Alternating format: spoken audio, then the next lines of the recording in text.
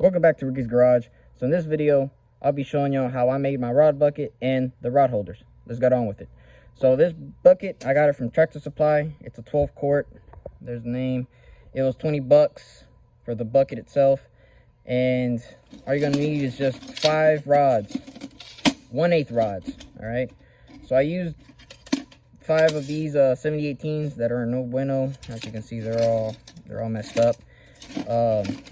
But I'll show you that part in a little bit. So this rod bucket, I got 4 holders.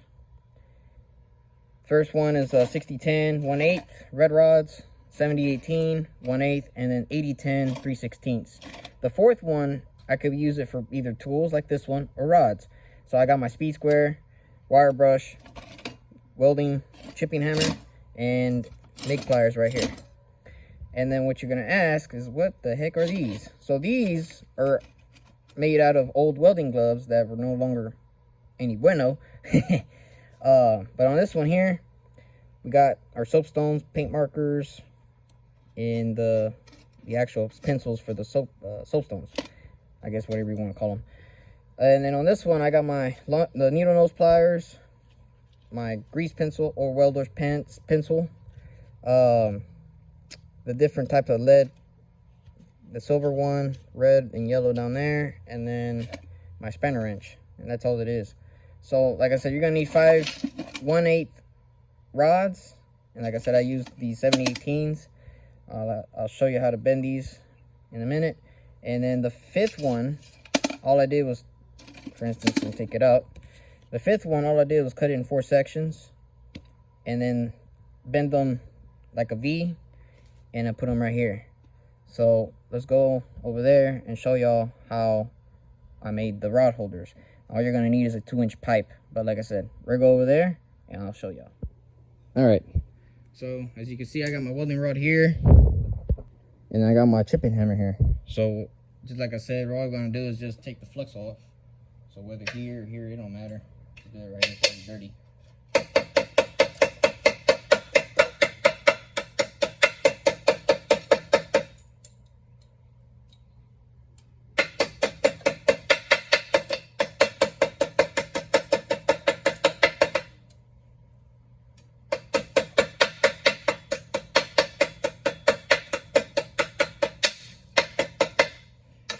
Like I said, don't have to be perfect in this demonstration. There's a reason why you don't use rods that are like that, because look how rusty they are. That's no bueno. And probably weld poorly. But yeah. Anyways, so you got your bare rod. Like I said, it's not the best, but just for demonstration purposes. So you grab your pipe, your 2-inch pipe, and all you're gonna do is kind of eyeball it in the middle. Kind of do this from off camera here. As you can see, kind of like in the middle there. So all you gotta do is just bend it.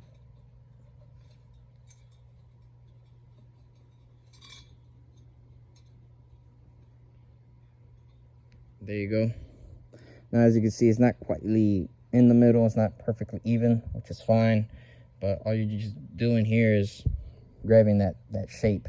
So you get your 2-inch pipe, you bend it like that.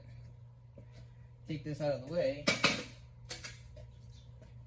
And we're gonna do is the first bend. So you gotta bend it this way, and then you gotta bend it again. So bend it towards you twice. See if I can do this on the first time here. So I kind of eyeball it where you want it, like the amount of area. Pretty very much there. A bit more maybe. There we go. You still want some meat or legs at the bottom, that way you can bend it onto your actual rod bucket. So once you got it there, tighten it, bend it to where it's almost flat, release it. Now you have this.